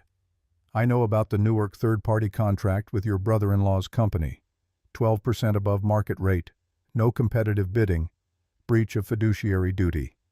Her voice remained steady, clinical. I know about the Delaware Shell account, $14 million as of March. You told the board it closed in 2019. Securities fraud, tax evasion. Marcus was writing frantically. These weren't just divorce issues anymore. These were federal crimes. Catherine reached into her bag and pulled out a yellowed napkin protected now in a clear plastic sleeve. She held it up. And Rick, that hub-and-spoke logistics model your father implemented in 2003, the one that made Mercer Atlantic profitable. She turned the napkin so the judge could see the sketch, the handwriting, the date in the corner. June 2001. I designed that system. Drew it on this napkin at dinner. Your father was impressed. You told people it was your idea. Gasps rippled through the gallery. Daniel Foster in the back row leaned forward. Catherine's voice strengthened. I had an MBA from Duke. I worked as a financial analyst for 5 years before we married. I understood logistics, port operations, supply chain management. She met Rick's eyes. You didn't marry wallpaper, Rick. You married the architect. You just convinced yourself you were the only builder. She stepped closer. I could destroy you. I have every right. You humiliated me at my baby shower, in front of 20 women from my church. You served me divorce papers like I was getting evicted. Her voice rose slightly, the only sign of emotion breaking through. You canceled my health insurance while I was carrying your child. High-risk pregnancy. You knew stress could kill this baby. You did it anyway. You locked me out of my home, moved your girlfriend into our bedroom, let her wear my mother's pearl necklace and post it on Instagram for sport. Catherine's hand moved to her chest where Elizabeth had been. You tried to turn our son against me, threatened his education, used him as a weapon, and then you tried to take this baby, our daughter. The baby you told me at 3 in the morning wasn't yours even though you knew she was. The courtroom was silent except for someone in the gallery crying quietly. Catherine's voice dropped back to normal volume, became almost gentle. But I don't want to destroy you, Rick. Rick blinked, confusion breaking through the fear on his face. I want to replace you. Replace me? Catherine delivered her terms calmly, clearly, each word weighted with finality. You will resign as CEO of Mercer Atlantic Logistics effective immediately. You will transfer 51% of your voting shares to me.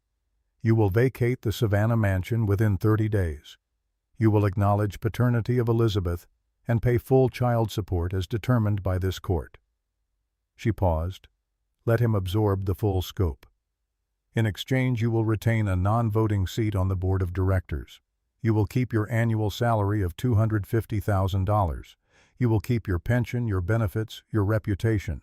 You will have supervised visitation with Elizabeth every other weekend. Rick's voice came out cracked, reaching for the commanding tone that used to work. You can't run a shipping company. You've never worked a day in your life. Catherine smiled.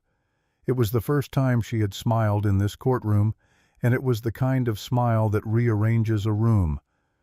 I've worked every single day of this marriage, Rick. I just wasn't paid for it. And I know your company better than you do because you spent 26 years talking about it at dinner, never once considering I was actually listening. She stepped closer, close enough that only Rick could hear her next words. I don't want the company because I hate you. I want it because 4,000 people depend on it. Because my daughter deserves to inherit something built on solid ground. Because you've been running it like your personal piggy bank, and that ends today. She stepped back, spoke loud enough for the courtroom again. Or you can refuse. I'll revoke consent on the lease. I'll let the state collect the $78 million. Your ships will have nowhere to dock. Mercer Atlantic will be worth nothing by the end of the week, and then I'll send my documentation of your securities fraud to the FBI. Catherine's voice was ice. Your choice. You have 60 seconds. Dee from the gallery whispered to the woman next to her, 59, 58. Judge Harden pressed her lips together in what might have been a suppressed smile. Rick looked around the courtroom like a man searching for an exit that didn't exist. He looked at Marcus. Marcus shook his head slowly, the universal gesture of a lawyer who had run out of options. He looked at Diana Chen. She was checking her watch. He looked at the judge. She was already writing the order. He looked back at Catherine. This woman he had called boring wallpaper burden. This woman whose family had owned the ground beneath his feet for 283 years while he strutted across it like he had built the earth itself. His voice came out barely above a whisper. I'll sign. Judge Harden looked up. I'm sorry, Mr. Hayes, could you repeat that for the record? Rick's voice was louder this time, hollow. I'll sign. I accept the terms. Mr. Sterling, prepare settlement documents reflecting Mrs. Hayes's terms. I want them filed by end of business today. The judge turned to Catherine. Mrs. Hayes, regarding custody of Elizabeth given the circumstances of this case, I am awarding you primary physical custody. Mr. Hayes will have supervised visitation every other weekend, pending completion of a court-approved parenting course. Rick didn't protest. He just sat down heavily, stared at his hands. Everything he had built, thought he had built, gone in 45 minutes. By 9 o'clock the next morning, the press release had gone out. Mercer Atlantic Logistics announces leadership transition. Richard Hayes steps down as Chief Executive Officer to pursue personal interests. Catherine Beaumont Hayes appointed chairperson and majority shareholder. Daniel Foster, former Chief Operating Officer of the Port of Charleston, named Chief Executive Officer, effective immediately. The stock market didn't crash. It rallied. Financial analysts were already writing their takes. Company with 283-year claim to prime port land represents most secure real estate position in the shipping industry. Investors who had been nervous about Mercer Atlantic's aggressive accounting practices suddenly felt very comfortable. Bloomberg ran a headline, "Savannah Port, Shake Up New Leadership, Old Land Rights, Make Mercer Atlantic Safe Bet." At 10 o'clock, Catherine walked into the Mercer Atlantic headquarters for the first time as the person who owned it. She was wearing the navy suit Dee had found at a consignment shop for $200. She was holding Elizabeth in her carrier. She was flanked by Henry Sutton and Daniel Foster. The executive assistants, who had spent years ignoring Catherine's phone calls when she tried to reach Rick, stood up nervously as she approached. Catherine's voice was calm, professional. "Box Mr. Hayes's personal items and send them to his new address. Schedule a meeting with department heads for 11. I need the Southampton manifest on my desk in 10 minutes. One of the assistants stammered, "Mrs. Hayes, Mr. Hayes's office still has—" "It's Catherine's office now." Dee had followed them in, was already making herself comfortable in the waiting area. "And I suggest you move fast because this baby is going to need feeding in about an hour, and you do not want to be in the room when that happens."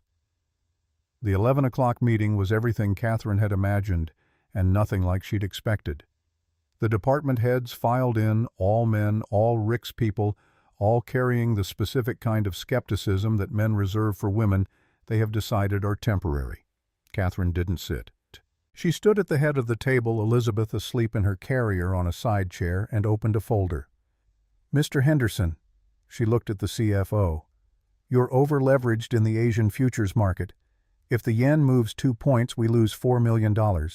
Fix it by end of day." Henderson's mouth fell open. "How did you—" "I read the reports. My husband threw them away. I picked them up."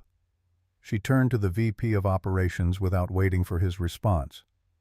"Mr. Davies, we are terminating the Newark third-party contract today. Conflict of interest. Mr. Sutton has already drafted the termination notice. It's clean, legally defensible, and effective immediately." Davies started to speak. Catherine cut him off. "This company has been run like a personal piggy bank for too long. That ends today. We are going to be lean, transparent, and profitable. If anyone has a problem taking direction from me, the door is right there." She gestured to Daniel Foster. "This is Daniel Foster, our new Chief Executive Officer. He runs day-to-day operations. I am chairperson. I set strategic vision and protect our legacy. He executes. Are we clear?" Silence. Nobody moved toward the door. "Good.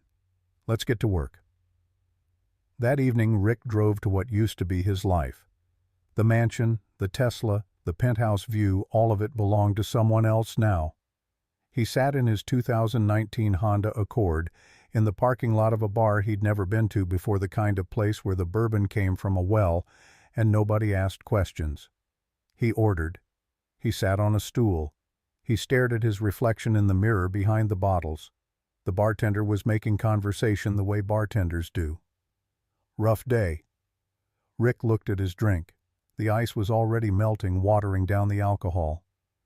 "I just found out I was a tenant my whole life and thought I was a king." The bartender didn't understand, but he was sympathetic anyway. "That's rough, man." Rick's phone had 47 unread messages. He didn't read any of them.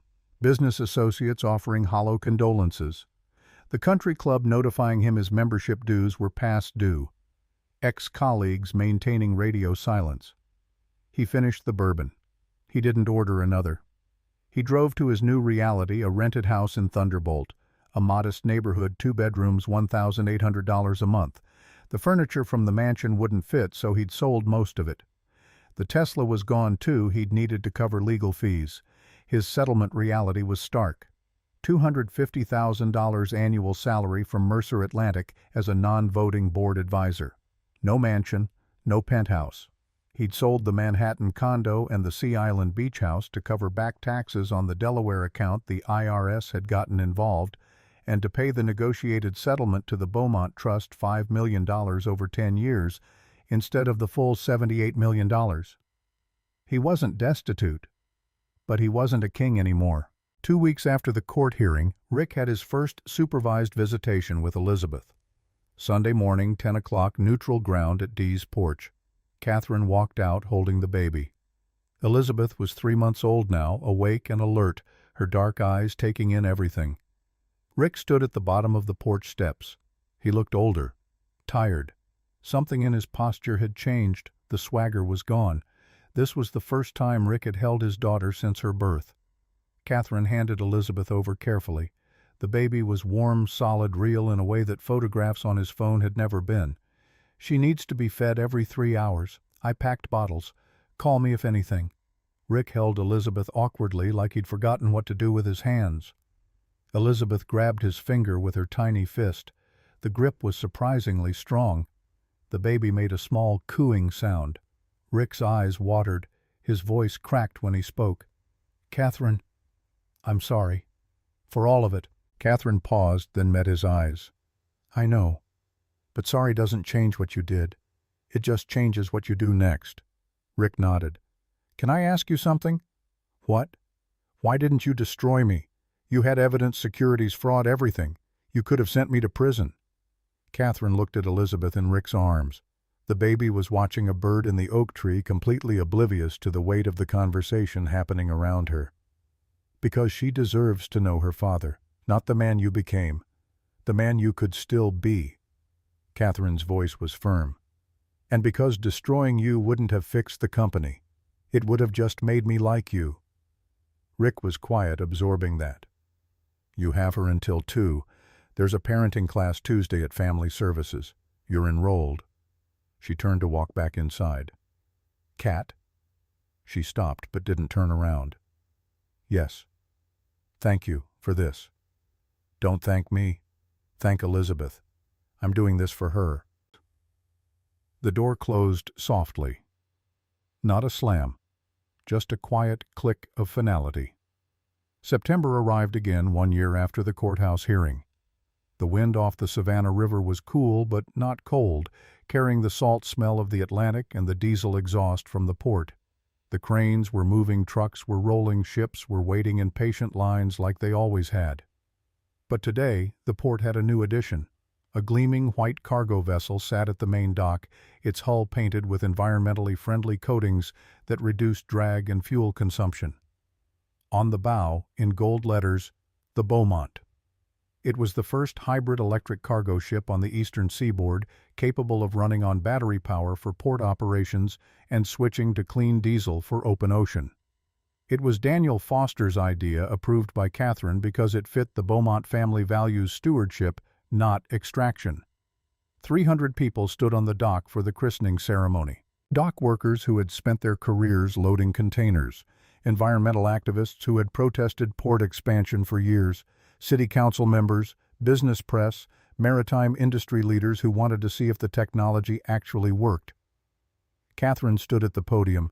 She was wearing a white tailored suit, not from a consignment shop this time, but custom-made because she could afford it now. Her hair was cut shorter, a sharp, confident style that framed her face differently. On her hip, Elizabeth, 14 months old, wearing a sailor dress and waving at the crowd with the unself-conscious enthusiasm of a toddler who didn't understand she was part of a ceremony. Elizabeth grabbed the microphone. The crowd laughed, the kind of genuine laughter that happens when people are witnessing something joyful. Catherine gently extracted the microphone from her daughter's grip and spoke. "For 20 years, this company measured success in quarterly profits. We cut corners. We treated the ocean like a highway and our heritage like a footnote. She looked out at the ship, the morning light catching the gold lettering on the bow. But a company like a family cannot stand if its foundation is rotten. My father, Judge William Beaumont, taught me something. He used to take me to Bonaventure Cemetery every Sunday. We'd stand at his father's grave and he'd say, "The land remembers Catherine, even when people forget." Her voice carried across the dock, clear and strong. Today we launch the first zero-emission vessel on the eastern seaboard because stewardship isn't about what you take, it's about what you leave behind. The applause was thunderous, genuine, the sound of people witnessing something they believed in, something that gave them hope that corporations could change that legacy, could mean something more than profit. Ethan stood beside his mother holding Elizabeth now. He had graduated from UGA in the spring summa cum laude and was working at Mercer Atlantic part-time while applying to graduate programs in marine biology and coastal conservation. He looked proud. He looked like a young man who had figured out which parent to believe. Catherine leaned over to him. "Can you hold your sister? I need to talk to the mayor." Ethan grinned. "Yes, boss." He took Elizabeth, and the toddler immediately grabbed his hair. He laughed gently, freed himself, and walked toward Dee, who was holding court with a group of church ladies near the refreshment table. At the back of the crowd behind the security fence stood a man in a beige jacket. Rick Hayes looked different. The expensive hair dye had grown out gray, showing at his temples and along his sideburns. He was wearing off-the-rack pants and a simple sweater, the kind of clothes you bought at department stores, not tailors. He was holding coffee in a paper cup from the gas station down the street. He watched Catherine hold Elizabeth up to the crowd. The baby waved. The crowd cheered. The sound washed over Rick like a wave he couldn't ride. Ethan saw his father. He walked to the back of the crowd, Elizabeth balanced on his hip. "Hey, Dad." "Hey, son." They stood side by side for a moment, watching the ship. The workers were preparing to break the ceremonial champagne bottle, the traditional christening of a new vessel. Ethan's voice was casual, but there was warmth underneath it. "She named it the Beaumont, after our great-great-great-great-grandfather who got the original land grant." Rick nodded. "Good name. Strong name. You could come to Sunday dinner sometime, at the mansion. Dee cooks, she makes way too much. She'd probably yell at you for the first hour, but she'd feed you." Rick almost smiled. "Maybe, if your mother's okay with it. I'll ask her." Ethan shifted Elizabeth to his other hip. The toddler was getting heavy. "Parenting class helped, huh?" "Yeah." Rick's voice was quiet. "Turns out I had a lot to learn about being a father." Ethan put his free hand on Rick's shoulder, squeezed once, then walked back toward the ceremony. Elizabeth waved at Rick over Ethan's shoulder, a chubby hand opening and closing in the universal gesture of infant farewell. Rick stood alone. He reached into his jacket pocket and pulled out an old photograph worn at the edges from being carried too long. Him and Catherine 26 years ago, Tybee Island honeymoon. They looked happy. They looked like people who had no idea what was coming. On the back, in Rick's handwriting, recent and careful, "You were always the foundation. I was just too loud to hear it." He stared at the photo for a long moment, then put it away. He finished his coffee, threw the cup in a nearby trash can, and walked to his Honda Accord in the public parking lot. He drove away without looking back. He didn't need to look back anymore. He finally understood who she had always been. That evening, Catherine sat in what was now her office at Mercer Atlantic, the CEO suite that had been Rick's domain for 20 years. She had redecorated minimally, removed the hunting trophies, added bookshelves, replaced the aggressive modern art with photographs of the port through the decades. Elizabeth was asleep in a portable crib in the corner, the kind designed for working parents who needed their children nearby. The baby's breathing was soft and rhythmic, occasionally interrupted by small dream sounds that made Catherine smile. Catherine was reviewing the quarterly reports line by line, the way she had taught herself to do over 26 years of reading documents pulled from recycling bins. But these reports were hers now. Her company. Her responsibility. On her desk was a framed photograph, Judge William Beaumont, in his judicial robes, standing on the steps of the Chatham County Courthouse looking stern and proud and uncompromising. The frame had an engraved caption, "The Land Remembers." Catherine touched the frame, her fingers tracing the engraving. "You were right, Dad," she whispered to the empty office. It remembered. There was a knock on the door. Daniel Foster, still in his suit from the christening ceremony. "Catherine, the Charleston meeting is confirmed for Thursday. They want to discuss the joint environmental initiative." "Good. Schedule it." She looked up from the reports. "And Daniel, thank you." "For what?" "For taking a chance on this. On me." Daniel's expression softened. "Catherine, you handed me one of the most stable companies in the shipping industry with 283-year land rights and a mandate to do things right. I should be thanking you." He left. Catherine returned to the reports. The numbers were good. Better than good. The stock had stabilized at 18% above pre-hearing levels. 2 new clients had signed contracts in the past month, attracted by the company's newfound commitment to environmental responsibility. The union had agreed to a 3-year contract that gave workers better health benefits in exchange for operational efficiency improvements. The camera, if there had been one, would pull back now.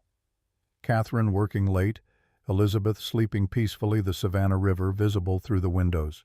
Ships moving in the harbor, all docked at Beaumont Land. Finally home. Rick Hayes had spent his entire life believing that power meant being the loudest voice in the room. He had married a woman whose family had held the deed to the ground he stood on for 283 years. He had never once asked about her history, her family, her worth. He had confused her silence for emptiness, her patience for weakness, her kindness for surrender. He had been wrong about all of it. Catherine had not fought with lawyers' tricks, or with screaming matches, or with social media posts. She had fought with the one thing Rick could not buy, could not charm, and could not bully: the truth. And the truth, like the land itself, does not care how loud you are. It simply waits. So the next time someone tells you they are just a housewife, the next time someone dismisses the quiet woman in the room, the next time you think that silence means someone has nothing to say, remember Catherine Hayes. Remember the Beaumont Trust. Remember the 283-year deed. And remember this: silence is not weakness. Patience is not surrender. And the quietest person in the room may be the one holding the deed to the ground you are standing on. Sunday morning, Catherine drove to Bonaventure Cemetery with Elizabeth strapped in her car seat, babbling happily about birds and trees and sounds that would eventually become words. They parked in the small lot and walked through the ancient oaks to Judge Beaumont's grave. Catherine placed fresh magnolias on the headstone, the weekly ritual she had maintained through pregnancy, divorce court battles, and now victory. Elizabeth toddled beside her, holding Catherine's hand with the fierce determination of a child learning to walk. The headstone was the same simple granite it had always been.